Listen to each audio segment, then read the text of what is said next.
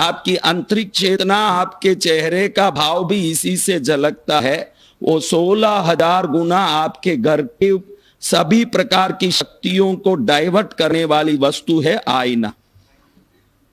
क्या वस्तु है? अब इस आईने के बारे में कोई नहीं सोचते। आप आज जितने भी आए हो, आज दिन भर में एक बार भी आईना नहीं देखा। वो बहन कौन कौन है वो हाथ ऊंचा करे कि हम एक बार भी आईना नहीं देखे। कौन कौन है बहनों? देखो, लक्ष्मी समृद्धि और श्रेष्ठता की देवी मानी जाती है। जिस आईने को देख के ही आप श्रेष्ठता पाते हो चेहरे में, शरीर पर, इसलिए शास्त्रों में 3 चीजों लक्ष्मी के प्रतीक में आईने को पहला बताया है। किसको? कब आईना घर में संकट लाता है? घर घर में आज संकट क्यों है? कब आईना संकट लाता है? और आज घर घर में हर एक को कोई ना कोई दुख, कोई रोग, कोई विपत्ति, कोई संकट, कोई तकलीफ, कोई परेशानी, कोई केस, कोई बीमारी, कुछ ना कुछ आता है कि नहीं? हाँ, क्या कारण बनता है? इसके बारे में थोड़ा समझ लेंगे। सबसे पहले आपने एक महालक्ष्मी की मूर्ति घर में रख के पूजा करना शुरू किया और अब उसको फटी हुई पुरानी चुंदड़ी ओढ़ा के बासी चावल नैवेद्य में चढ़ाओगे तो क्या होगा?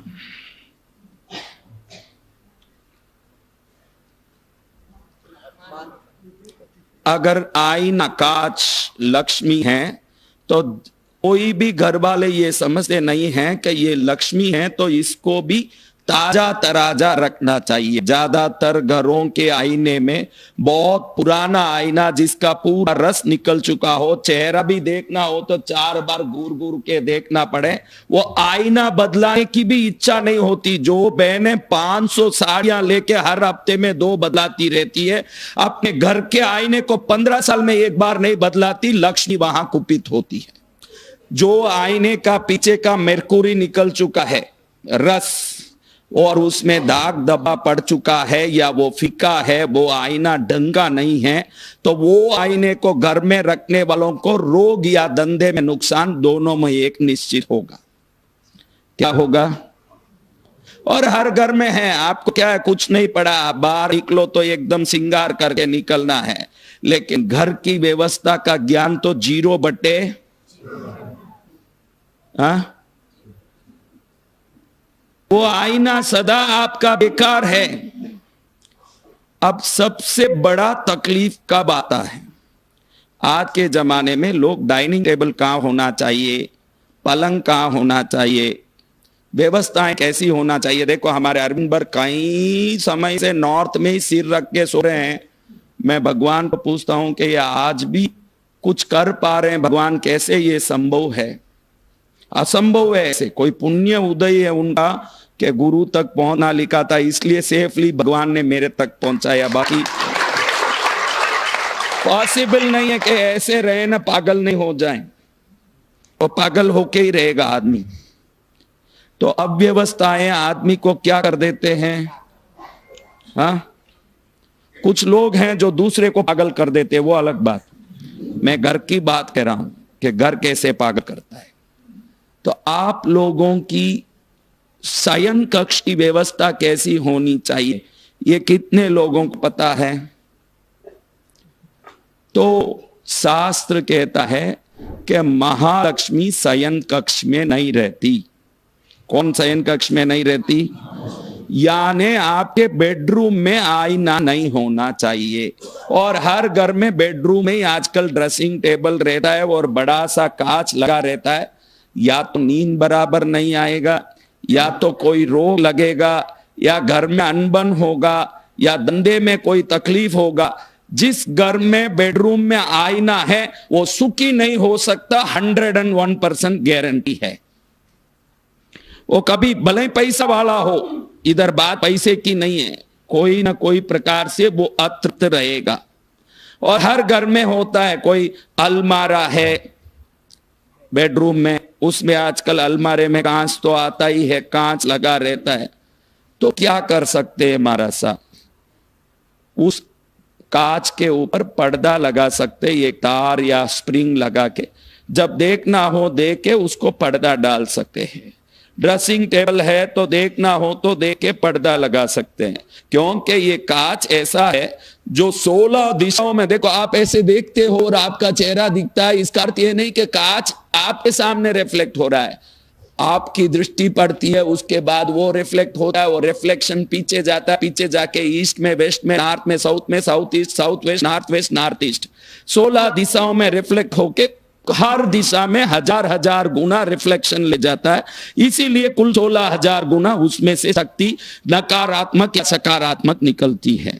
अब ऐसे कोई लोग यहां नहीं दिख रहे जिनके बेडरूम में कांच नहीं हो।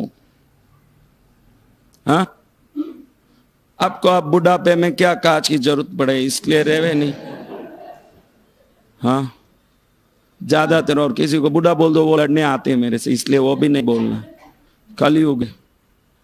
एक बहन को मैंने बोल दिया आप मेरी माँ जैसी लगती हो, तो मैं क्या आपकी माँ जैसी, मैं तो सिर्फ 75 साल की हूं, अब 75 साल की मेरी माँ नहीं होगी तो क्या 16 साल की होगी मेरी माँ। कलयुगे घोर अनर्थम। तो मेरे बच्चों, कहां कांच होना चाहिए, कहां कांच होना चाहिए? बेडरूम के अंदर अटैच्ड बाथरूम हो तो उस बाथरूम में कांच हो सकता है। कहां हो सकता है? उस बाथरूम में कांच हो सकता है। और कल घड़ी को हमने देखा, उसी प्रकार से कांच भी है। कांच या तो नॉर्थ में लगा हो या ईस्ट में लगा हो, इसके सिवा किसी भी दिशा में लगेगा वो कांच घर का सत्यानाश करके ही रहेगा, उसके वो कोई रास्ता ही नहीं है। आप साधारण कांच मत समझना, एक आप मेहनत ही नहीं करो, फिर भी थोड़े से मेहनत में बहुत बड़े समृद्धिशाली बनना हो तो कुछ सौभाग्य देने वाले वस्तुओं का आदर करना सीखना पड़ेगा। उन वस्तुओं को आप आदर नहीं करोगे। अभी कांच में सबसे बड़ा वस्तु देखने जैसा एक है कि मैं ऐसे युवाओं को देखा, तेरा नाम क्या बेटा? कल पे, तेरा नाम क्या?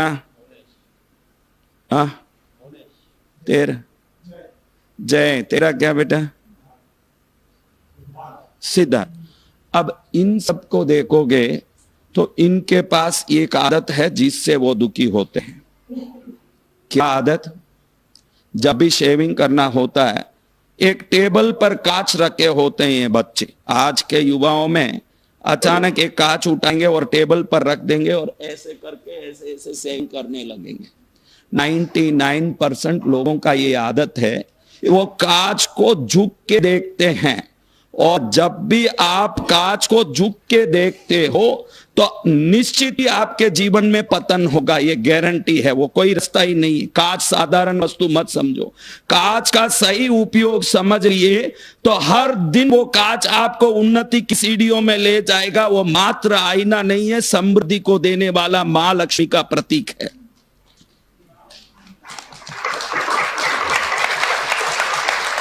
नहीं है तो अभी थोड़े दिन से दाढ़ी छोड़ लिया इसलिए अच्छा है, नहीं तो ये झुक झुक के करेगा ऐसे। तो बहनों, कांच कैसे होना चाहिए?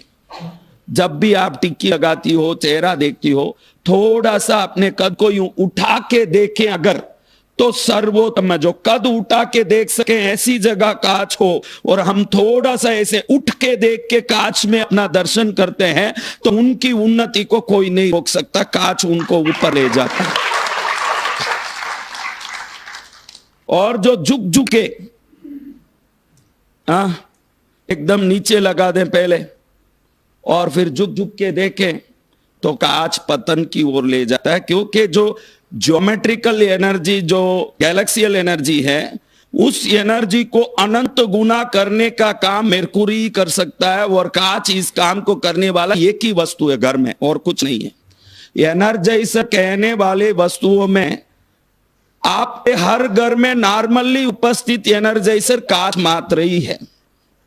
मैंने परसों ही बताया कि अमिताभ बच्चन, रजनीकांत सब क्यों अट्रैक्टिव हैं, क्योंकि वो कांच में देख के स्वयं को बलवान बनाते हैं। कांच में जब आप बैठ के कुछ भी अफर्मेशंस बोलोगे तो वो 16,000 गुना बन के आपके साउल स्ट्रेंथ को बढ़ा देगा। ये टेक्निक है। वो सब हीरो, बड़े नेता इसका उपयोग करते हैं। बड़े बड़े नेता, मैं नेता का नाम नहीं बोलूंगा, लेकिन एक आज इंडिया के सबसे बड़े नेता हैं जो अमेरिका में 3 दिन रह के ये कांच का पूरा टेक्निक सीख के आए हुए हैं। आज उनकी रैली, भाषण सुनने दुनिया में लाखों लोग इकट्ठे होते हैं। हमारे भारतीय नेता हैं जो इसी मिरर टेक्निक को डेवलप किए हुए हैं, जिससे लोग आकर्षित होते हैं। तो आपको मैं बताना चाहता हूं कि अगर बड़ा कांच बेडरूम में है तो कल ही शुभ दिन है, इसको पर्दा लगा दीजिए। उसको पर्दा लगाओगे, आप पूछोगे इसको पर्दा लगाने से क्या होगा? सुख का पर्दा खुल जाएगा जो बंद है। जो पर्दा सुख का लगा हुआ है वो खोलना है तो पहले इस कांच को, हाँ, इस कांच को पर्दा लगाना पड़ेगा। और जो लोग झुक झुक के देख के शेविंग करते हैं, हाँ, ऐसे झुकते कहीं भी, क्योंकि उनके पास एक परमानेंट, जिनके पास कांच नहीं होता वो एक पोर्टेबल कांच रखते हैं शेविंग करने के लिए। हरदम उठा के कहीं भी रख लेते हैं और ऐसे देख देख के शेविंग करते हैं। ज्यादातर ये आदत बनी रहती है युवाओं में, सब में। और तब भी तू झुकता है तो तेरा ये कांच 16,000 गुना तेरे मेहनत को झुका के तेरे को पतन की ओर ले जाएगा। बहुत छोटी वस्तु है लेकिन लाइफ चेंजिंग में बहुत बड़ा काम रखता है, क्योंकि महालक्ष्मी के प्रतीकों में प्रथम स्थान कांच है। क्यों महालक्ष्मी की वस्तु है? क्यों महालक्ष्मी का वस्तु है? क्योंकि जब क्षीर समुद्र का मंथन हुआ, जब प्रकट हुए वस्तुओं में उच्च श्रवा, ऐरावत हाथी, लक्ष्मी, चंद्र, धनवंतरी के साथ मैकुरी भी है जिसको रस कहते हैं हम। और इस रस से बना हुआ कोई भी वस्तु लक्ष्मी का अंश बन जाता है। उस जमाने में बेटियों को कांच जरूर देते थे। आपके किसी की बच्ची की शादी बाकी हो तो कुछ भी दें, लेकिन जरूर एक आईना दे के भेजें ताकि वो ऊर्जा को ले जाएगी तो ससुराल में सुखी रहेगी। पहले ये करते थे। और पुराने जमानों में घर मंदिर में पूजा में कितने लोग घर में धूप दीप करते हैं? पुराने जमाने में आपको सुन के आश्चर्य होगा, गुरुदेव ऐसा भी है क्या? हमने सुना नहीं, क्योंकि आपने तो computer, mobile, Facebook, WhatsApp, Twitter, TikTok ये सुना है। हम आपको टिकटॉक सुनाने नहीं, टिप टॉप करने के लिए बात करते हैं। अब आपको ये जानना है, क्या जानना है? कि पुराने जमाने में घर में, मंदिर में छोटा सा कांच भी पूजा में रखते थे। आप कितने लोग कांच को पूजा में रखे हुए हो?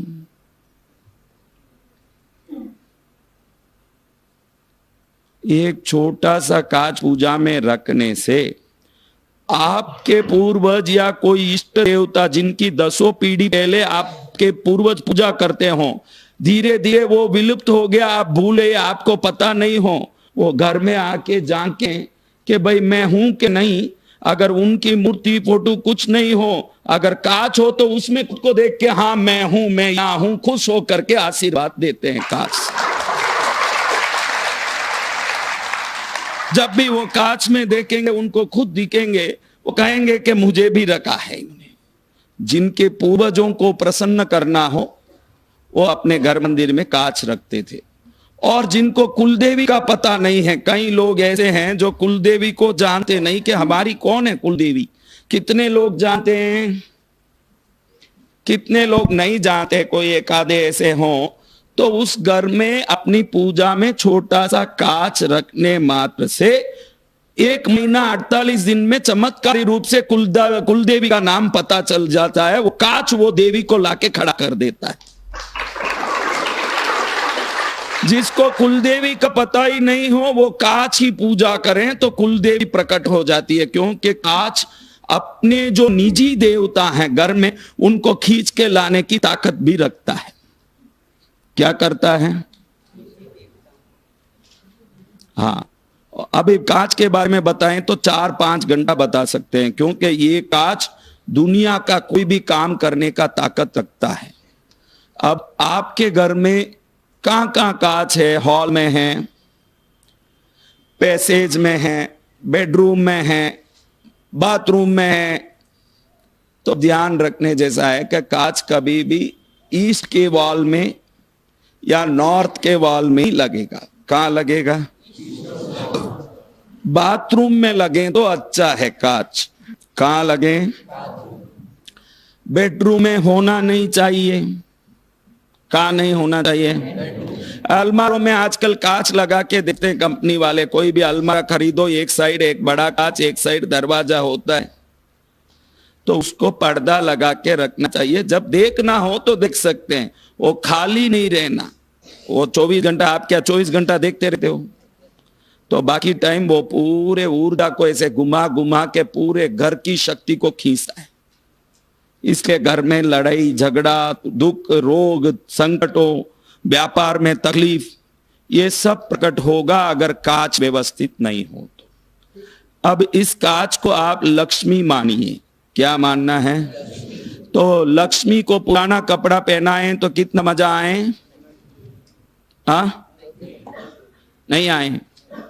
तो कांच भी पुराना नहीं होना चाहिए। क्या पुराना नहीं होना चाहिए? कई घरों में इन चीजों का केयर नहीं है। औरत अपने कपड़े में सल है कि नहीं ये जरूर देखेगी कि भाई कपड़े में थोड़ा भी रिंकल तो नहीं आ गया। गुरुदेव का प्रवचन सुनने जा रही हूं, कई महिलाएं आएगी, कोई देखेगी, हंसेगी। अरे इस कपड़े में एक सल आ जाएगा तो चलेगा। जीवन में सल नहीं आना हो तो व्यवस्थाओं का ज्ञान होना चाहिए। समझ रहे हो मेरी बच्चियों? अब आगे की बात करते। अभी एक बात इससे भी बढ़िया चीज जिसके बारे में कोई इज्जत नहीं रखा, स्वयं लक्ष्मी मानी जाती हो कोई चीज, कि वो खुद ही लक्ष्मी है। ये तो मैंने कांच को बोला कि ये लक्ष्मी का रूप है, लेकिन ये लक्ष्मी का रूप नहीं है, स्वयं लक्ष्मी है। तो वो है झाड़ू। क्या है? वो स्वयं लक्ष्मी है। अब आप बताओ कि आपको झाड़ू के बारे में क्या नॉलेज है? ये सुनते हैं, कितना नॉलेज है झाड़ू का?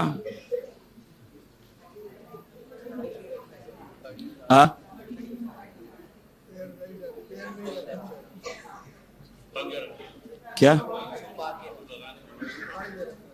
छुपा के क्यों रखें? आड़ यानी क्या?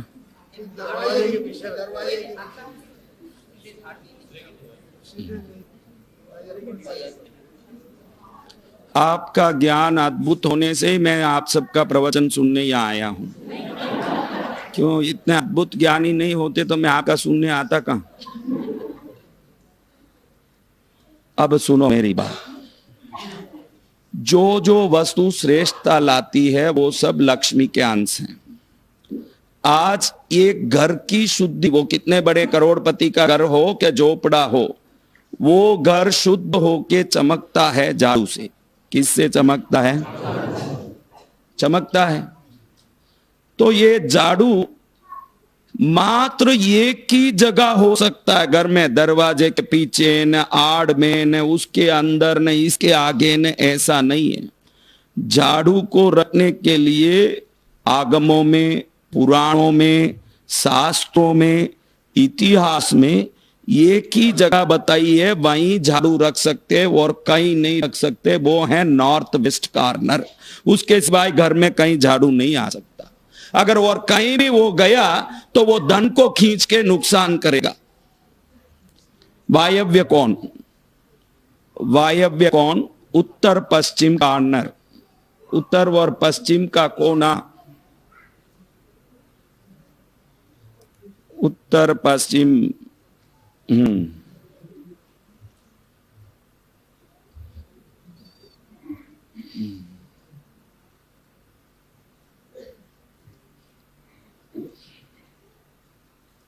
आपके घर में कोई प्लास्टिक का झाड़ जैसे प्लांट जैसे कुछ रखा हुआ है, एक छोटा सा गमला टाइप का कुछ, या कोई पॉट टाइप, वही उत्तर पश्चिम का कोना है।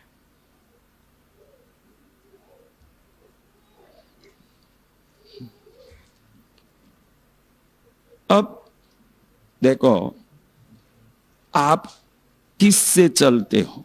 आप लोग किस से चलते हो? जोर से बोलो। और किस से खड़ते हो? तो झाड़ू को जिस जगह से आप साफ करते हो वो उसका पैर है, क्योंकि वो चलता उसी दिशा से है। और जिससे पकड़ते हो वो उसका सिर है, क्योंकि आप पैर से चलते हो तो जिस दिशा से वो चल रहा है वही उसका पैर होगा, और वो घिस जाएगा ऐसा बोल के आप उल्टा खड़ा करते हो, तो आप लक्ष्मी को सिर नीचे और पैर ऊपर खड़ा करने की आप जुर्रत करते हो, उस घर में धन नहीं आएगा।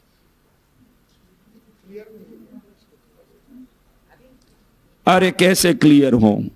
जो हैंडल हम हाथ पकड़ते हैं, जिस तरफ से हम झाड़ू लगाते हैं, जिसमें वो उसका सफाई होता जाता है वो उसका पैर है, क्योंकि उससे वो चलता है। जिधर से आपने पकड़ा वो उसका सिर है, जिससे आपने पकड़ा है।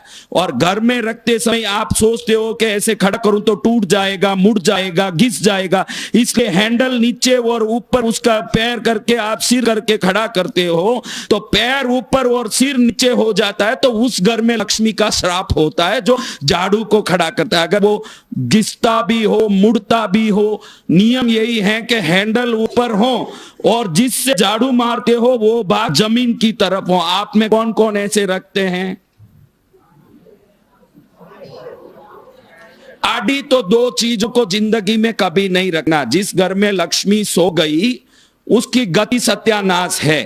टटाई और झाड़ू, ये दो चीजों को जो सुला के रखते हैं, मेहनत जितना फल कभी नहीं मिलेगा।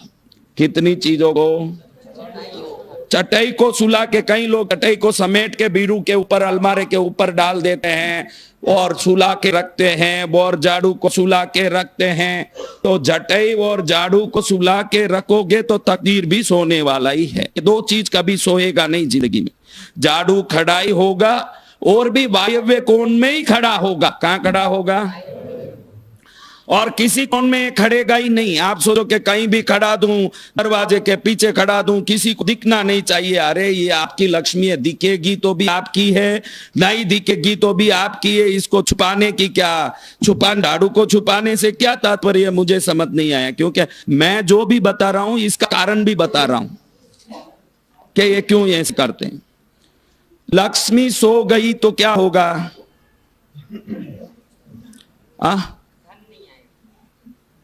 तो जो झाड़ू को सुला के रखते हैं वो लक्ष्मी को सुलाते हैं। दूसरा, कई लोगों का आदत ऐसे है, ये बहनों का, कि झाड़ू में जब नीचे बाल वगैरह आ जाता है, कचरा आ जाता है, तो उसको हटाने के लिए दीवार पर जोर जोर से उसको पटकेगी। एक बार पटक के वो साफ करेगी। आपका बाल है, आपके घर का कचरा है, वो लक्ष्मी बन के उसको साफ कर रही है। आदर पूर्वक हाथ से उसको निकाल के हटाना चाहिए। उसको दीवार पर जोर जोर से पटकने वालों के घर में उस दिन लड़ाई जरूर होगा, ये गारंटी है। झाड़ू की बेइज्जती करें, उनकी बेइज्जती करके रहता है झाड़ू। एक छोटा झाड़ू है काम, और झाड़ू को गंदा नहीं रखना। क्या नहीं करना? जब भी झाड़ू आपको गंदा दिखे, आप फ्री रहो, सिंक में एक बार पकड़ोगे तो झाड़ू साफ हो जाएगा। और यथासंभव झाड़ू घिसता दिखे उसका विसर्जन करके नया लाना। कल ही मैंने बताया, वो झाड़ू 4 इंच का हो जाए, जब तक झुक झुक के उसको रगड़ती रहेगी तो तेरे को भी स्पॉन्डिलाइटिस होगा। 3 रुपए के झाड़ू के लिए 30,000 का ऑपरेशन में खर्चा करना पड़ेगा।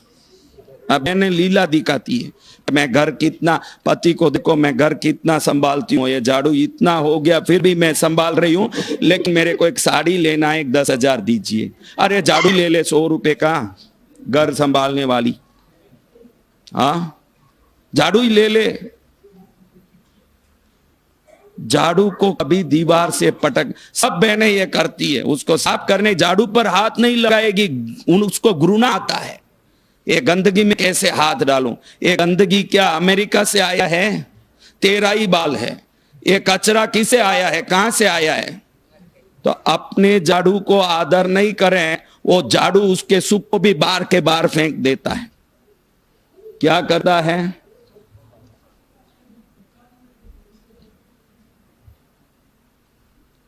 मैं तो उपयोग में आ गई उस झाड़ू की बात कर रहा हूं, जो उपयोग में आ गई उन झाड़ुओं के। जब उपयोग शुरू करती है उसका जन्म हो गया, उसके पहले तो वो गर्भ में। समझ रहे माताओं? झाड़ू कितने लोग साफ रखे हुए हैं? मुझे पता नहीं सफाई का आपका क्या अर्थ है। उसको धो के शुद्ध रखना, धो लेना, फिर धूप में रख देना, सूख जाएं, अच्छे से साफ हो जाएं। हाँ, तो इस प्रकार से झाड़ू की व्यवस्था उत्तम रखना। 1 साल के अंदर का कोई भी बच्चा हो, 1 साल के अंदर का बच्चा बीमार पड़ता हो, रोता हो, परेशान होता हो, तो झाड़ू की एक तिनके को निकाल के उसके 8 भाग 4 भाग मोड़ के लेफ्ट हैंड में पकड़ के बच्चे के घुमा के बाहर फेंक दोगे, घंटे भर में वो बच्चा रोना बंद कर देगा। बीमार है तो ठीक हो जाएगा, क्योंकि झाड़ू दैविक शक्तियों का प्रतीक माना गया है। क्या माना गया है? वो कोई कचरा निकालने का मशीन नहीं है, वो आपके घर को साफ करता। आईना भी देखते हो तो चेहरा सुंदर है कि नहीं वो मत देखो आईने में। आईना आपका मूड भी दिखा सकता है, खाली सुंदरता नहीं। आईना देखते हो तो मैं हंस रहा हूं कि रो रहा हूं, मैं गुस्से में हूं कि खुश हूं, तो आईने को देख के अंतर की भावना संवारना सीखो, तो आईना आपका कल्याण कर सकता है। हम भाव देखने आईने का उपयोग करते हैं कि रूप देखने उपयोग करते हैं? रूप तो दिखाता है लेकिन भाव भी तो दिखाता है। एक आईने में गुस्सा वाला आईना देखें, मालूम पड़ जाए कि कितना गंदा है गुस्सा। हाँ, कभी गुस्सा नहीं कर पाएगा। समझ रहे हो? झाड़ू कहां रखना बोलो माता? हाँ हाँ, कहां रखना? अगर नॉर्थ वेस्ट में नहीं रख पा रहे हैं किसी कारण, वो एक लिविंग रूम है, वहां लोग आ रहे जा रहे हैं, वहां झाड़ू रखने से गंदा लग रहा है, तो किसी कमरे के नॉर्थ वेस्ट कॉर्नर में रख सकते हैं। सेकंड ऑप्शन, कहीं भी नॉर्थ वेस्ट का हर कमरे में नॉर्थ वेस्ट होगा कि नहीं, उस जगह पर रख सकते हैं। सेकंड ऑप्शन है प्रॉपर नॉर्थ वेस्ट में रख दो तो लक्ष्मी को खींच देता है, क्योंकि वायव्य कोण को अगर आप समृद्धि की शक्ति देते हो तो निश्चित रूप से घर में लक्ष्मी का, गुण का, शांति का, संस्कार का, श्रेष्ठता का आगमन होता है। ये कोई छोटी चीज नहीं है, समझ रहे हो? तो इसलिए आप ये दूसरी लक्ष्मी का ज्ञान लें। अब तीसरी लक्ष्मी को देखना सिर्फ बहनों के लिए बात है, भाई भी सुन ले तो अच्छा ही है। ये कौन सी लक्ष्मी है? 2 लक्ष्मी के, एक लक्ष्मी का प्रतीक पहले हमने देखा, एक लक्ष्मी का स्वरूप हमने देखा। एक पहले तो प्रतीक है लक्ष्मी का, वो लक्ष्मी नहीं है, लक्ष्मी का प्रतीक है आईना। लक्ष्मी का स्वरूप है झाड़ू, लेकिन लक्ष्मी की शक्ति कहां आती है? सुना है लक्ष्मी की शक्ति कहां आती है? कौन कौन व्यापार करते हैं? आपको आप बताऊं एक बात, व्यापार शब्द का अर्थ ये नहीं कि गल्ले पे बैठ के धंधा करें। आप जो काम करो उसको आपका व्यापार माना जाता है। संस्कृत में काम को व्यापार बोलते हैं, धंधे को नहीं। आपका व्यापार है रसोई करना, तो आप ही व्यापारी हो। समझ रहे हो कि जो जिस काम को करते हैं वो उनका व्यापार है। मेरा व्यापार है धर्म प्रचार, तो मैं एक धर्म प्रचार का व्यापारी हूं। संस्कृत में व्यापार शब्द उसको कहा जाता है हमारे काम को। अब मैं भाइयों को पूछूंगा कि आप लोग जहां व्यापार करते हो उसी जगह पर गल्ला रख के पैसा रखते हो, या पैसे को हर बार गिरा दें तो घर में आके तिजोरी में रख के जाते हो? हाँ, अब अगली सवाल के बहनों कौन कौन अच्छी समृद्ध और अच्छी ताकतवान बनना चाहती है? ये बेचारी चाहती नहीं, दिखता है हाथ नीचे। समृद्ध नहीं बनना बेटा तो हाथ नीचे करो। हाँ, अभी आपको इसीलिए ये सवाल पूछा गया कि व्यापारी अपने व्यापारिक स्थल में ही पैसा रखता है। अगर आपका व्यापार घर में सबसे बड़ी जगह में रसोई घर में ही ज्यादातर चलता है तो आपका मुख्य व्यापार है रसोई करना एक महिला का, क्योंकि बाकी सब काम वाली बाई भी कर देगी, झाड़ू मारना, कपड़ा धोना, कई बात। लेकिन थोड़े घर में आज रसोईया आ गया, रसोई करता, फिर भी कोई भी मालकिन हो एक बार घुस के देखती जरूर है, कितनी भी पैसा वाली हो एक बार झरोका मारती है कि क्या चल रहा है देखूं तो सही। तो उसका व्यापारिक स्थान है रसोई घर। और आप लोग अपना पैसा कहां रखते हो? अभी इन्होंने बोला कि हम तो हमारे व्यापारिक जगह पर ही पैसा रखते हैं। शास्त्र कहता है कि आप जिस चामक में, चामक बोलते हैं जिसमें राई जीरा रखते हो, मसाला डिब्बा बोलते हैं, क्या बोलते हैं? हाँ, तो शास्त्र कहता है कि जो माता अपने मसाले डिब्बे के एक खंड को पैसा रखने के लिए अगर उपयोग करती है तो 8 दिन के अंदर उसको पैसे का वर्चस्व प्राप्त होना शुरू हो जाता है, क्योंकि वो उसका व्यापारिक स्थान है। और ये व्यवस्थित होना, अभी देखो इन भाइयों को पूछता हूं, गले में पैसा ही रखते हो कि दूसरा कचरा माल भी भरते हो? तो आप सबको कटोरदान बोलते हैं क्या, चामक बोलते हैं, क्या बोलते हो?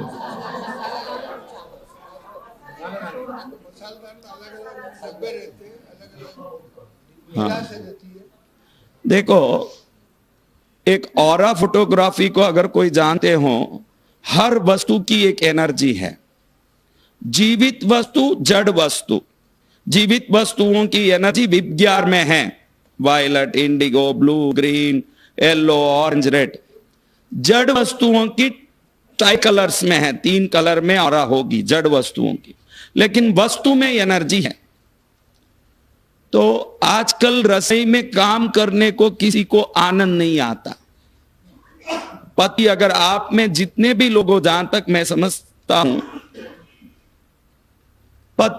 पति अगर बोले कि आज अपन घूमने जाएंगे, बाहर खाएंगे, तो एक भी यहां ऐसी औरत नहीं होगी कि जो बोलेगी कि क्यों बाहर जाना, मैं हूं ना, मैं ताजी घर में बनाऊंगी, शुद्ध बनाऊंगी, अपन वो खाएंगे जिससे मजा आएगा। कौन बोलने वाली बहन है? ये हाथ भले ही उठाएं, लेकिन ऐसे बोलती बोलती जाए, अगर बोल भी दें तो बोलती बोलती जाएगी जरूर बाहर खाने, बोल भी देगी, लेकिन बाहर नहीं गई होगी ऐसी कोई बहन नहीं है। बोली जरूर होगी कि भाई घर का अच्छा रहेगा, घर में खाएं। नहीं नहीं, फिर आप बोल रहे हो तो अपन चलें, क्या करें?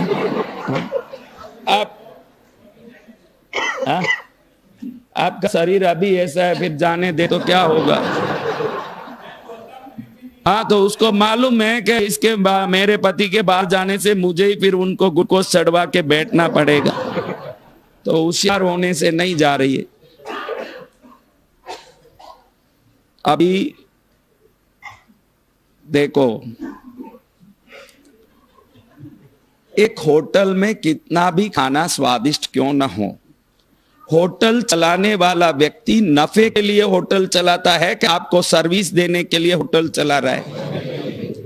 तो वहां साइकोलॉजिकली क्या होता है, इस पर गौर करोगे तो कभी ये 56 दुकान सराफा में जाओगे नहीं। क्या होता है मैं बताता हूं क्या होता है।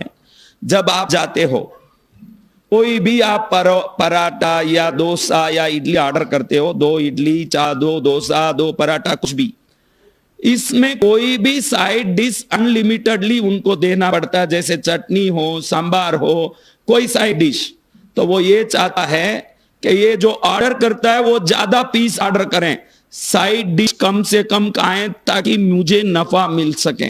तो जिस होटल वाले के मन में ये संकल्प है कि आप कम से कम खाओ ताकि उसको नफा ज्यादा से ज्यादा हो, ये भावना रखे हुए के जगह पर जाके खाओगे तो वो खाना हजम कैसे होगा, ज्यादा से ज्यादा अंदर उतरेगा कैसे, वो कितना भी स्वादिष्ट हो। थोड़ा खाने के बाद होटल जाके जो भी घर आते हैं, मैंने देखा तुरंत बाथरूम जरूर जाते हैं। आप सब जाते हैं, जैसे ही होटल जाके आए घंटे 2 घंटे में तो वॉशरूम जाके थोड़ा शांत लेना पड़ता है। इसका कारण है कि उस खाने में तेल कच्चा, आप बोलते हो तेल कच्चा है, मसाला ज्यादा डाल दिया, पेट गड़बड़ा रहा है, भावना कच्ची है, ये सबसे बड़ी बात है उस खाने में। उस खाने की डेंजरस भावना है। और एक मां होटल वाले जैसी स्वादिष्ट नहीं बना सकती है, मैं मानता हूं, क्योंकि वो कमर्शियल प्रोफेशनल नहीं है कि इस प्रकार के मसाले ने कुछ ज्यादा से ज्यादा चीजें डालें।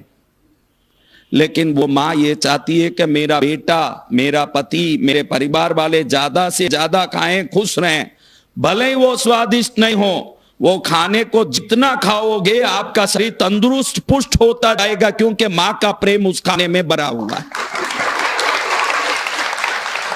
और होटल वाले की मन के तरंगे उस खाने में, किसी भी होटल में खाओ, देखो आप स्वादिष्ट है खाते हो, लेकिन लास्ट में आपको अरुचि होना ही चाहिए उसमें, कहीं जाके एक बार अरुचि होती है, क्योंकि वो कमाने के लिए खा रहा है, वो आपको चूस के ही रहेगा। तो आपके रसोई घर में कौन सी ऐसी चीज है बहनों जो गड़बड़ का कारण करता है, जिससे आजकल ज्यादातर बहनों को रसोई करने की रुचि नहीं है। सुबह एक बार कर दें, शाम को भी उसी को गर्म करके खाएं, कई लोग तो 2-2 दिन तक गर्म करके खाएं, कई तो फ्रोजन फूड रखे हुए हैं जो पैकेट गर्म किया पति को दे दिया। कई पति को मालूम है कि अब शाम को जाएंगे तो कुछ मिलने वाला नहीं, तो खा के पहुंचता है घर। ये सब हो रहा है, ये सब ज्यादातर होने लगा। इसका कारण क्या है? कौन सी ऐसी चीज है जो आपके रसोई की एनर्जी बिगाड़ती है? बताओ कैसे नमक से एनर्जी बिगड़ गया?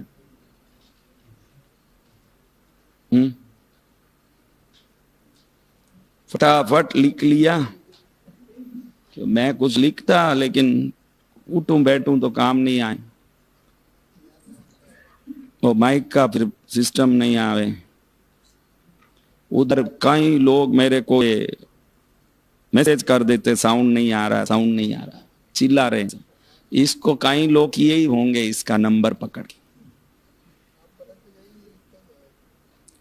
अच्छा देखो, सबसे शक्तिशाली वस्तु उसको मानी जाती है जिसमें से सुगंध निकलता है, क्योंकि जो सुगंधी वस्तु है सबसे एनर्जाइज्ड है। जब एनर्जी बढ़ती है, आपने देखा होगा योगी पुरुषों, सिद्ध पुरुषों नहाते नहीं है, लेकिन उनके कपड़े को सूंघोगे तो उसमें गुलाब का खुशबू आएगा, मेल का बास नहीं आएगा।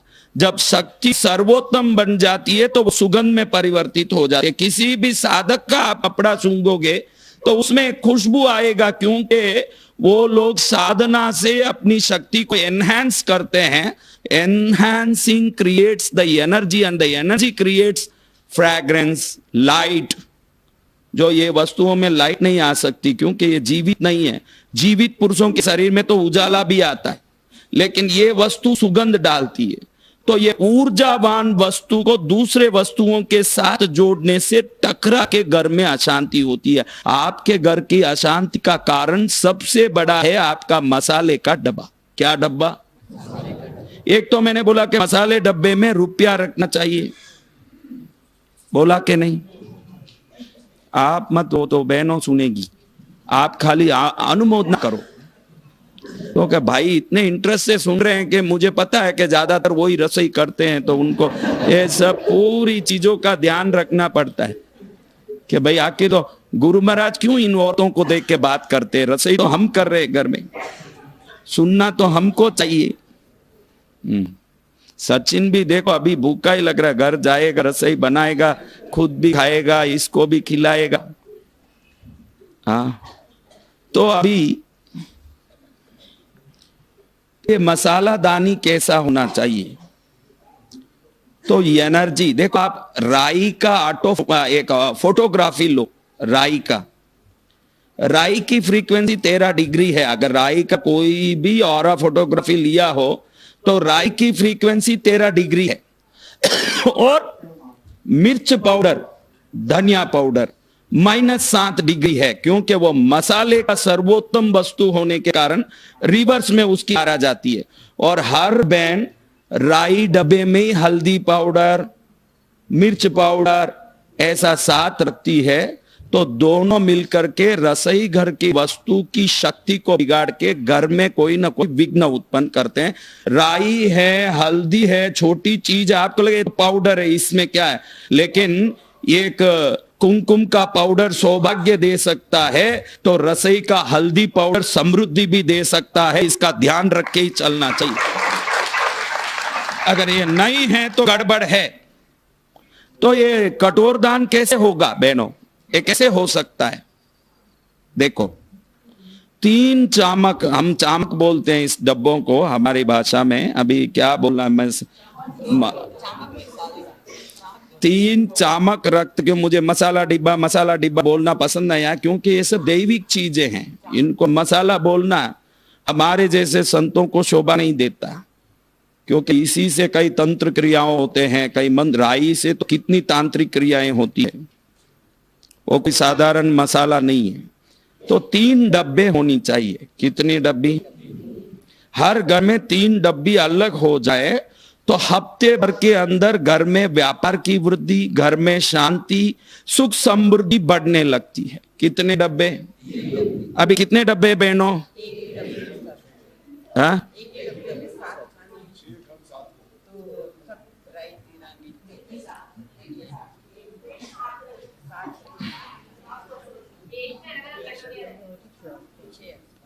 कोई ऐसी बहनें भी है जिंदगी में कोई राई दाल डाली नहीं सर, खाली नमक डालती है और खाना बना दे, उसको तो चमक की जरूरत नहीं।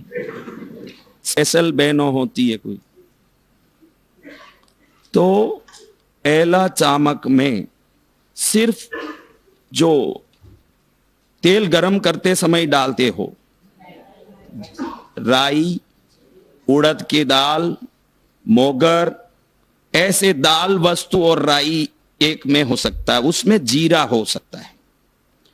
दूसरे में जो पुलाव बनाने के लिए उपयोग करते हैं जितनी वस्तु, उनकी पूरी फ्रीक्वेंसी अलग है। लवंग, इलायची, तेज पत्ती, दालचीनी, ये सब की फ्रीक्वेंसी, जो पुलाव बनाते हो तो क्या क्या डालते हो, वो पूरा अलग चामक में होना चाहिए बिल्कुल, क्योंकि इन सब की फ्रीक्वेंसी नीचे की ओर जाती है। तो ये सब क्या होना चाहिए? पुलाव का मसाला होता है ना, समझ रहे हो? लवंग होता है, इलायची होती है, सौंफ होता है, तेज पत्ती और दालचीनी। दालचीनी होती है ना, लंबी लंबी ऐसी लकड़ी की तरह बड़ी। तेज पत्ती एक फूल जैसा भी होता है। जावित्री नहीं, हाँ, जितेंद्र भाई को पता है। वो क्या क्या बोला? पातियान फूल, पत्थर फूल, हाँ। तो ये चीजें एक चमक में हो। क्या क्या चीजें? लौंग, इलायची, सौंफ, दालचीनी, तेज पत्ती, पत्थर फूल। पत्थर फूल नहीं, धनिया तो वो पहले वाले में आएगा, वो पहले वाले में, राई वाले में, वो राई वाले में खड़ा धनिया, राई, मोगर, उड़द, वो चने की दाल, और एक खंड में पैसा। पहले वाले में, राई वाले में पैसा रखना, क्योंकि उसमें पूरी जितनी वस्तु है ना, ये उड़द की दाल, राई, सब तांत्रिक वस्तुएं हैं। उधर पैसा जाने के बाद लक्ष्मी का आगमन होता है, घर में शांति, बच्चे कहना मानते हैं, संस्कार, गुण, ज्ञान बढ़ता है। और तीसरे वाले में मिर्च का पाउडर, हल्दी का पाउडर, धनिया का पाउडर, गरम मसाला, करी मसाला, करी पाउडर बोलते हो आजकल, आप डालते हो क्या? करी मसाला, सांबार मसाला, सांबार मसाला, मिर्च, हल्दी, धनिया पाउडर और गरम मसाला, ये सभी मसाला पाउडर एक में। पाउडर और साबुत चीजों दोनों एक साथ रखते हो। पाउडरों का फ्रीक्वेंसी नीचे की ओर जाता है, साबुत चीजों का फ्रीक्वेंसी ऊपर जाता है। दोनों साथ हो तो बहनों को माइग्रेन फ्री, कोई ना कोई स्ट्रेस या कोई डिप्रेशन, डिस्टरबेंस आ सकता है। आपको लगेगा कि इतना सा ये मसाले के डब्बे में ऐसा होता है क्या? अरे वो इतना सा चीज नहीं है। अगर प्रकृति ने उसके साथ सुगंध, उसमें स्वाद, उसमें तीखापन सब जोड़ा है तो उसमें शक्ति भी जोड़ा है, और वो शक्ति काम करके रहेगी। ये शक्तियां या तो घर में बरकत करेगी या बर्बाद करेगी, दो में एक कर देगी ये शक्ति। तो आज ये शक्तिमय वस्तुओं के बारे में हम समझ रहे हैं। हींग अलग हींग की डब्बी होगी। हींग को अपने देखो, हींग को किसी वस्तु के साथ जोड़ दोगे, सब में हींग का सुगंध आ जाएगा, फिर वो खाओगे कैसे?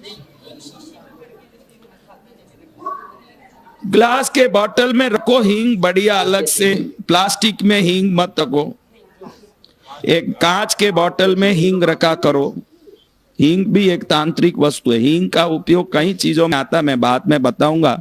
अभी एक साथ सब समझ लेने और ज्ञानी हो जाओगे तो मुश्किल। अभी कुछ बातें विशेष देखनी है जो बहनों गलती करती है। अब 3 चमक का लिख लिया बेटा, क्या आएगा चमक में बता? तेरा पति तो बोल रहा पात्यान फूल न ये न, मेरे को डाउट ही आ रहा है कौन रसोई करते घर में।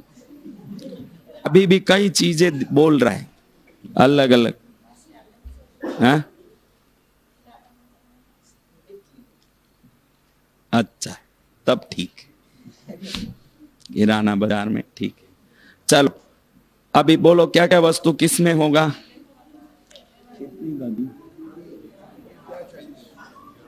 12 बजे क्लोज कर।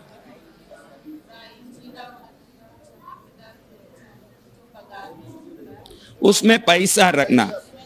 देखो ध्यान रखो, इसमें पैसा रखते समय हम शास्त्रों की विधि के लिए ऐसे कर रहे हैं, लेकिन सावधान रहें कि इसमें रखने वाला पैसा नया हो। सिर्फ एक 20 का नोट, एक 10 का नोट, 2 5 के सिक्के इतना रखें तो बस। वो एक हमारे प्रतीक के लिए रख रहे, खाली एक प्रतीक के लिए। पुराने नोट सब रखोगे तो आज के हिसाब से पुराने नोटों में जर्म्स, बैक्टीरियल इफेक्ट हो सकता है, तो वो जाके खाने में कोई इन्फेक्शन भी क्रिएट कर सकता है। इसका ध्यान रख के ही काम करना, क्योंकि शास्त्र के साथ हम 22वीं सेंचुरी में है, ये भी ध्यान करके ही काम करना चाहिए। शास्त्र तो है लेकिन पुराने नोटों सभी जर्मिडाइज्ड होंगी, तो वो नोट के कारण वो जर्म इन्फेक्शन हो सकता है, खाने में ऐसे होता नहीं है। कहता हूं थोड़ा हाइजीनिकली सोचें, अपन कोरोना वायरस की दुनिया में हैं, इसलिए थोड़े सावधान रहें तो बहुत अच्छा है कि नया नोट उसमें रखें। वो प्रतीक है, क्योंकि आपका व्यापार वहां हो रहा है। व्यापार का अर्थ है काम। आप जिस जगह काम करते हो उधर ही आपकी लक्ष्मी होगी। जो बहनें चामक में रुपया रख के देखेगी, 1 साल में बोलेगी कि उसने जो जो लेना सोचा वो सब चीजें वो ले चुकी है। ये जो भी उपाय बता रहा हूं कोई साधारण उपाय नहीं, ऐसे मत सोचना। ये कोई साधारण उपाय नहीं है। 50,000 रुपया फीस लेके दिखाने जैसी बात है। अब फोगट में मिले तो उसकी कोई इज्जत